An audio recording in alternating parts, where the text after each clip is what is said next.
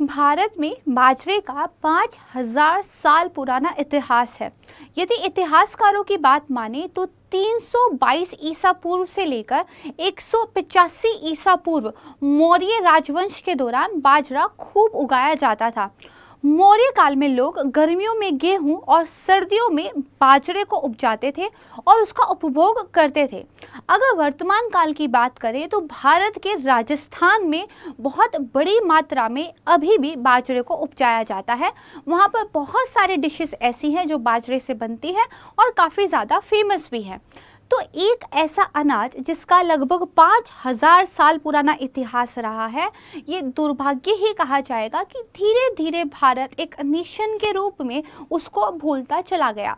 या फिर ज़्यादा बेहतर लाइन ये होगी कि हम मोटे अनाजों को, उनके महत्व को भूलते चले गए और पश्चिमी रहन सहन की कॉपी करते हुए, पश्चिमी रहन सहन का अनुसरण करते हुए हमने अपने लाइफस्टाइल को चेंज किया है, जिसमें हम उन खाद्य पदार्थों की ओर शिफ्ट हो गए जो ट्रेडिशनली हमारे द्वारा उपभोग नहीं किए जाते थे।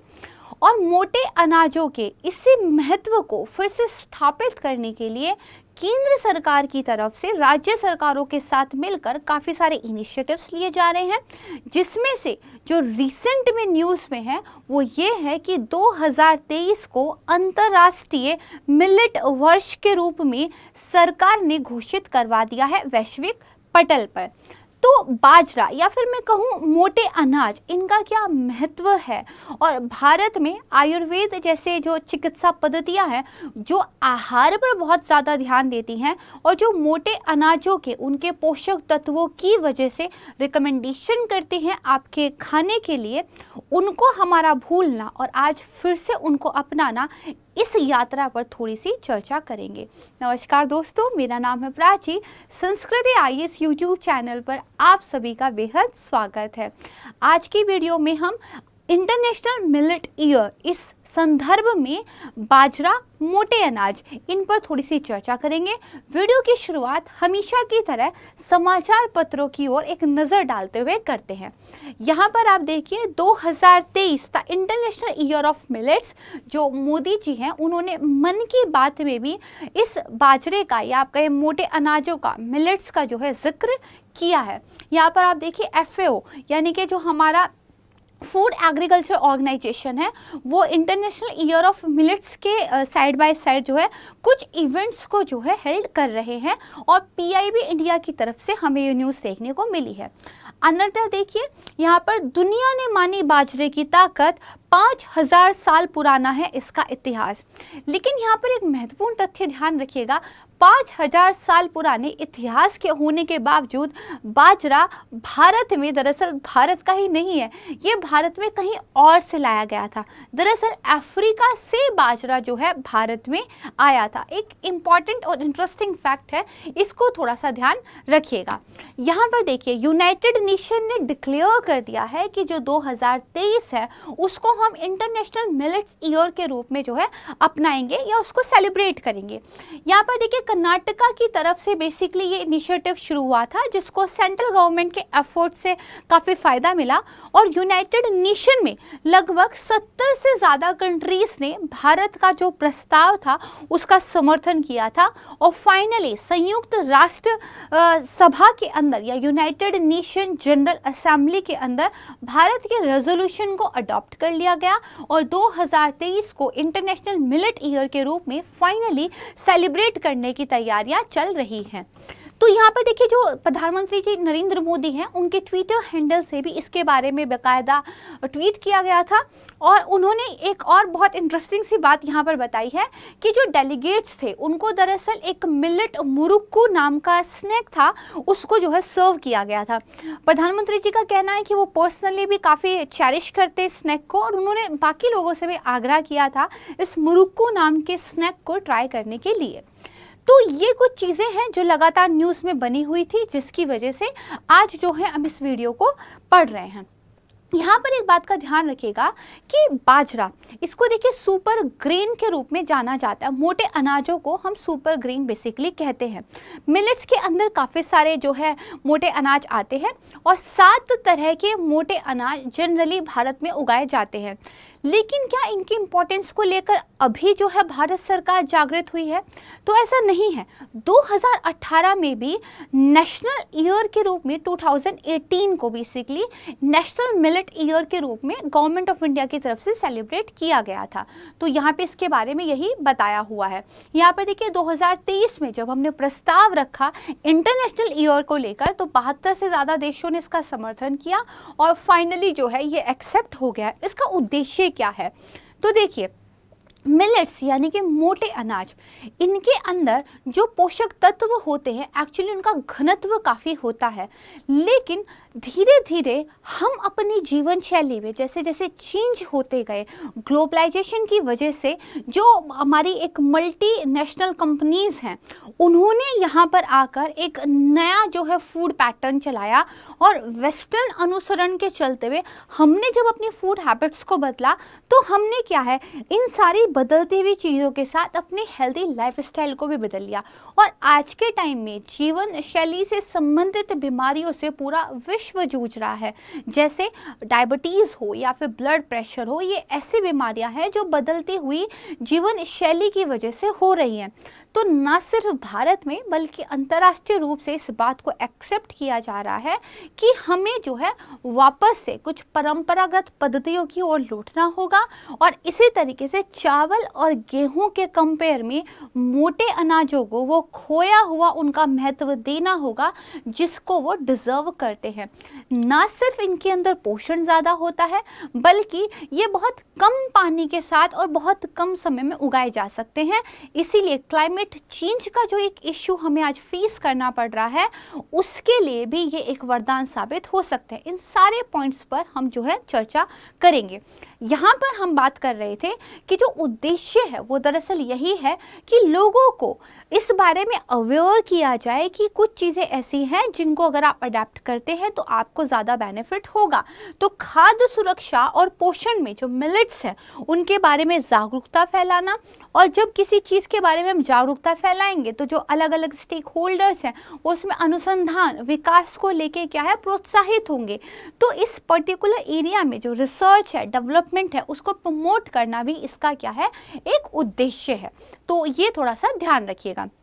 देखिए, मिलेट्स ऑफ इंडिया की अगर हम बात करें, there are several type of varieties, let's have a look on it. सबसे पहले तो आपका क्या है, तो देखिए राजगीरा है, बर्नयार्ड यानी कि सनवा है, बकवीट यानी कि कुट्टू, फिंगर मिलेट यानी कि रागी, फॉक्सटेल मिलेट यानी कि कांगनी, कोडू है, लिटिल मिलेट सामा है, पर्ल मिलेट जिसको बाजरा कहते हैं, पोरोसो मिलेट छेना है और सोरघम जो है जवार है।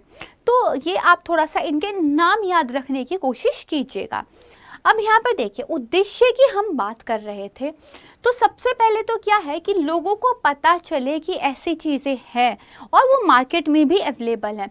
दूसरा क्या, उत्पादन और गुणवत्ता में सुधार करना। देखिए, जब लोग अभी खरीदते ही नहीं हैं तो उसको कल्टीवेट करने वाले के पास कोई प्रोत्साहन नहीं है अपनी खेती में सुधार करने का। लेकिन जब मार्केट में डिमांड जनरेट होगी तो किसानों को एक प्रोत्साहन मिलेगा मोटे अनाजों को उपजाने का, जिससे एक तो अपनी कृषि पद्धतियों में सुधार करेंगे, अब जो वैरायटीज़ हैं उनको लेके रिसर्च होगी, बेटर सीड्स आएंगे, बेटर कल्टीवेशन जो है आपके यहाँ टेक्निक्स डेवलप होंगी और इसकी वजह से ज़्यादा बेटर प्रोडक्ट्स जो है मार्केट में आएंगे, जैसे हम ऑर्गेनिक प्रोडक्ट्स की आजकल बात करते हैं। तो ये सारी चीज़ें कब होंगी, जो फाइनली कंज्यूमर अवेयर होगा कि मुझे ये नहीं ये चीज़ खरीदनी है, जैसे मुझे बर्गर नहीं सैलड्स खाने चाहिए। जब ये अवेयरनेस हमारे अंदर आ जाएगी, मैं एक आपको इंसिडेंट बताती हूँ।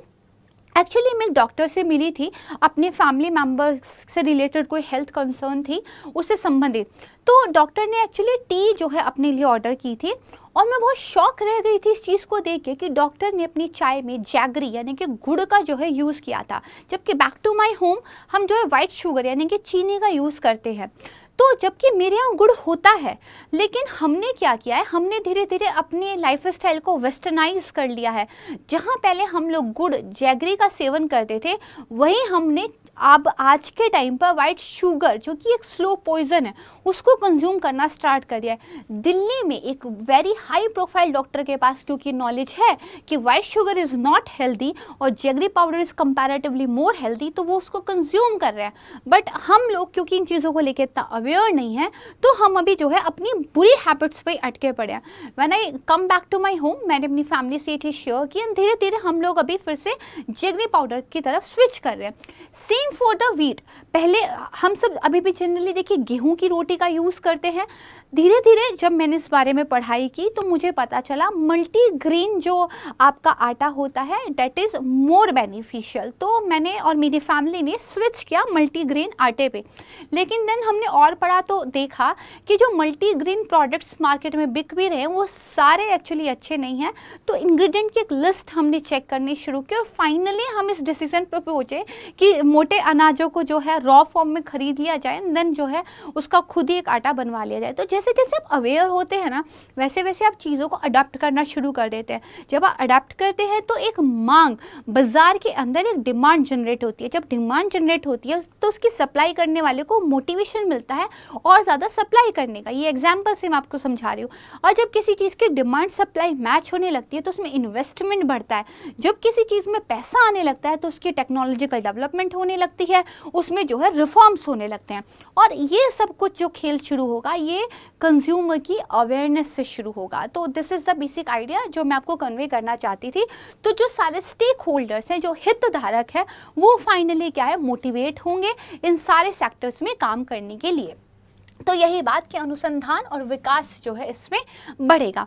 अब मोटे अनाजों के महत्व पर बात कर लेते हैं, थोड़ा डिटेल में बात करेंगे। तो सबसे पहले तो देखिए ये जो फसल है ना ये कम पानी की देखिए आवश्यकता रखती है। दूसरा ये कम समय में ही तैयार हो जाती है। इंडिया जो आज सूखे से जूझ रहा है, मानसून का पैटर्न जो यूपीएससी की तरह अनप्रेडिक्टेबल हो चुका है, मानसून के टाइम पे बारिश नहीं आई थी और लौटते हुए मानसून से दिल्ली लगभग डूब रही है पानी में। तो इसकी वजह से क्या है एग्रीकल्चर पर इम्पैक्ट पड़ रहा है, राइट। और नीति आयोग की रिपोर्ट ये बाकायदा बता चुकी है कि आने वाले टाइम में भारत को गंभीर सूखे की चुनौती से जूझना पड़ेगा।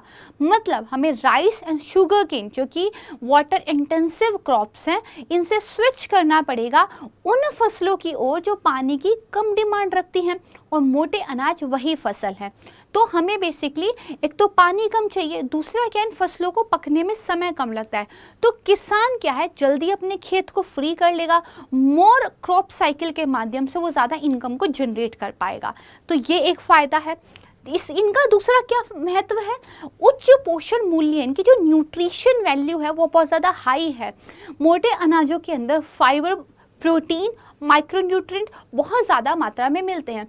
फाइबर आपके डाइजेस्टिव हेल्थ के लिए बहुत अच्छा होता है और बड़े बूढ़ों ने हमेशा से ये कहा है कि अगर आपकी पाचन क्रिया अच्छी है तो आपकी बॉडी फिट रहती है। तो अगर मोटे अनाजों का सेवन आप करते हो तो the more fibre you take, जैसे हम लोग गेहूं भी बेसिकली जो सीव किया होता है उसको यूज़ करते हैं, मतलब उसका जो मोटा छिलका रहता है उसको हम साइड कर देते हैं। तो हमने क्या किया, फाइबर हटा दिया और हम जो कंज्यूम कर रहे हो क्या वो तो आपका बेसिकली ग्लूकोज, ग्लूटीन ही है, ठीक है, जो कि नॉट वेरी हेल्दी, राइट। तो हमें क्या है फाइबर्स को इंक्लूड करने की ज़रूरत है, जिसके लिए हमें रागी, ज्वार, बाजरा इस तरह की चीज़ों को कंज्यूम करने की ज़रूरत है, राइट। इसको ध्यान रखिएगा। फिर देखिए वही वाली बात है, भारतीय खाद्य सुरक्षा और मानक प्राधिकरण FSSAI का भी ये कहना है कि मोटे अनाजों में फाइबर ज़्यादा होता है, जो मैं आपको बता चुकी हूँ कि हमारे लिए मोर हेल्दी होता है, राइट। यहाँ पर देखिए जो कृषि और किसान कल्याण मंत्री हैं नरेंद्र सिंह तोमर, उन्होंने भी कहा है प्रोटीन, खनिज और विटामिन के मामले में गेहूँ और चावल की तुलना में मोटे अनाज मिलेट्स 3 से 5 गुना ज़्यादा पौष्टिक होते हैं और इनकी खेती के लिए पानी की भी आवश्यकता होती है। तो आज के टाइम पे क्लाइमेट चेंज जो कि एक फैक्ट बन चुका है, उससे लड़ने के लिए हमें जो ड्रॉट रेसिस्टेंस क्रॉप है यानी कि सूखा प्रतिरोधी फसलें हैं उनको अडॉप्ट करने की, अपनाने की ज़रूरत है। और मोटे अनाज हमारे सामने एक विकल्प है जिनको हम अपना सकते हैं। फॉर एग्जाम्पल राजस्थान, जहाँ पे पानी भी कम है और जो क्लाइमेट है वो ड्राई भी है और गर्म भी है, वहाँ पर बहुत बहुत बड़ी मात्रा में जो है मिलेट्स को उपजाया जाता है। तो यानी कि अगर राजस्थान में ये कल्टीवेशन का मॉडल सक्सेसफुल हो सकता है तो क्लाइमेट चेंज से जूझते हुए दुनिया के लिए तो बिल्कुल हो सकता है, राइट। तो बेसिकली देखा जाए तो ये काफ़ी ज़्यादा विन विन सिचुएशन है। पोषक तत्वों का बहुत ज़्यादा उच्च घनत्व है, इसकी वजह से भारत जैसी कंट्रीज़ में जहाँ जो चाइल्ड हैं, वुमेन्स हैं, उनको एक कुपोषण की, मॉल न्यूट्रिशन की समस्या का सामना करना पड़ रहा है। सरकार बहुत सारे अभियान चला रही है उस माल न्यूट्रिशन को टैकल करने के लिए। वहाँ पर मोटे अनाज को अगर आप मिड डे मील जैसी योजनाओं में, पोषण अभियान में शामिल करते हैं, जैसे कि सरकार कर भी रही है, तो इस कुपोषण की समस्या से जूझने में आपको जो है मदद मिलेगी, ठीक है। तो इसके अलावा देखिए कोविड-19 महामारी, इसकी वजह से दुनिया में आमूलचूल परिवर्तन आ गया है। जैसे पहले वर्क फ्रॉम होम, इसका कोई कॉन्सेप्ट ही नहीं था, लेकिन आज के टाइम पे माना जाने लगा है कि एम्प्लॉयज़ अपने घर पे रह के मोर प्रोडक्टिव वर्क कर पाते हैं। इसी तरीके से पहले अपनी इम्यूनिटी को लेकर लोग बिल्कुल भी अवेयर नहीं रहते थे या फिर बहुत कम संख्या से लोगों की थी, लेकिन आज बच्चा बच्चा भी गांव दूरस्थ तक ये समझता है कि मुझे अपनी बॉडी की प्रतिरक्षा क्षमता को स्ट्रॉन्ग करके रखना है ताकि ये जो वायरस और बैक्टीरियाज हैं इनके संक्रमण के खिलाफ मैं लड़ सकूं। तो आज के टाइम पे जब हमें हमारी हेल्थ की वैल्यू ज़्यादा बेटर समझ में आने लगी है तो हमें ये भी समझ आने लगा है कि हमें वैसे फूड हैबिट्स को अपनाना होगा, वैसे हेल्दी लाइफस्टाइल्स को अपनाना होगा जो हमारी बॉडी को और ज़्यादा बेटर करे। तो कोविड-19 के बाद मोटे अनाजों के बारे में वैसे भी थोड़ा सा जो है आप कह सकते हैं पॉजिटिव एटमॉस्फेयर बन गया है। फिर जो हमारी जीवन शैली से जुड़ी हुई समस्याएं हैं उनसे निपटने में भी ये मदद कर सकता है। डायबिटीज़ के मरीजों को डॉक्टर की तरफ से रिकमेंड किया जाता है कि आप मोटे अनाजों का यूज़ करें, क्योंकि गेहूं के अंदर जो ग्लूटीन होता है वो डायबिटीज़ के लिए अच्छा नहीं माना जाता, ठीक है। फिर देखिए शुष्क भूमि और जलवायु परिवर्तन, ठीक है, इसके बारे में आपको बता चुकी हूँ। इन सारी समस्याओं से निपटने में भी जो मोटे अनाज है वो हमें हेल्प कर सकते हैं। जो मार्जिनल एंड स्मॉल फार्मर्स है, सीमांत और जो छोटे किसान हैं, उनकी इनकम जनरेट करने के लिए एक अच्छा माध्यम ये हो सकता है, ठीक है। अब देखिए मोटे अनाज से संबंधित तथ्यों की अगर हम बात करें तो सबसे पहले बात तो मिलेट्स में ज्वार, मोती बाजरा, रागी, छोटा बाजरा, फॉक्सटेल बाजरा, पोरसो बाजरा, बॉर्नयार्ड बाजरा और कोडो बाजरा आदि शामिल है, जिनके मैंने हिंदी इंग्लिश वाले नाम पिछली स्लाइड्स में भी आपको बताए थे। Now come to the fact कि जो भारत है वो दरअसल दुनिया में सबसे ज़्यादा इन मिलेट्स की जो है आप कह सकते हैं बाजरे की जो है पूर्ति करता है। जैसे यहाँ पर आप देखेंगे अगर हम एक कंपैरिजन करें पाई चार्ट के माध्यम से, इंडिया जो है 38% है, यहाँ पर आप देखेंगे नाइजीरिया 7% है, चाइना अगर हम मेनलैंड की बात करें तो 5% है, बाकी सब कंट्रीज थोड़ा अलग दी गई है। नाइजर 12%, सूडान 9%, बाकी अदर्स जो है 12% में आ जाता है। यानी कि इंडिया अपना जो एक्सपोर्ट बढ़ाना चाहता है, ठीक है, वर्ल्ड को जो एक फूड जो है अवेलेबल कराना चाहता है, उसमें एक अच्छी भूमिका निभाने में हमें बाजरा जैसे मोटे अनाज काफ़ी हेल्प कर सकते हैं। क्योंकि बात हो भारत, नाइजीरिया, चीन की, दुनिया में बाजरा के सबसे बड़े उत्पादक हैं जो वैश्विक उत्पादन का 55% से अधिक का योगदान करते हैं। Now come to the point, अगर भारत पूरे विश्व में सबसे ज़्यादा बाजरा का उत्पादन करता है तो भारत में कौन करता है? If you remember I told you Rajasthan, right. तो now come to the another pie chart, जहाँ पे आप ये देखिए कि जो भारत है वो विश्व में मोटे अनाज का सबसे बड़ा उत्पादक है। पूरे वैश्विक उत्पादन का 20% और एशिया के उत्पादन का 80% का हिस्सा जो है भारत रखता है, जिसमें राजस्थान 60% रखता है, उत्तर प्रदेश 13%, गुजरात 6%, महाराष्ट्र 7%, मध्य प्रदेश 4%, हरियाणा अगेन 6%, कर्नाटका 3%। तो Karnataka have a share of 3%, but still Karnataka ने इंटरनेशनल मिलेट ईयर को पिच करने में काफ़ी बड़ा योगदान जो है दिया है, राइट। तो यहाँ तक हमने बेसिकली ये समझा कि मोटे अनाज काफ़ी काम की तो चीज़ है, सुपर फूड, सुपर ग्रीन इनको बोला जा सकता है। सरकार इनको प्रोत्साहित भी कर रही है। तो आखिर चुनौतियाँ क्या हैं? अगेन सबसे पहली बात तो क्या, अवेयरनेस, जागरूकता का अभाव है। आपको पता ही नहीं कि मार्केट से मुझे मल्टीग्रेन आटा खरीदना है या गेहूं का आटा जो कि सस्ता मिलता है, ईजिली अवेलेबल है, पड़ोस में भी मिल जाएगा, तो वहां से मैं ले लूँ। तो अवेयरनेस की सबसे पहली बात तो कमी है। दूसरा क्या है, देखिए इनपुट सब्सिडी और मूल्य प्रोत्साहन की भी कमी है। पैडी, चावल के लिए आप मिनिमम सपोर्ट प्राइस, न्यूनतम समर्थन मूल्य की घोषणा करते हैं। मोटे अनाज उगाने वाले किसानों को क्या प्रोत्साहन है, उनको गवर्नमेंट की तरफ से कोई हेल्प एज सच नहीं मिलती है। तो क्योंकि ये चीज़ कमी है तो किसानों को वो मोटिवेशन नहीं है उस पर्टिकुलर फसल को उपजाने का, तो इस पे काम करने की ज़रूरत है। फिर देखिए उपभोग की कम मांग है, कंज्यूमर्स की तरफ से डिमांड ही नहीं है।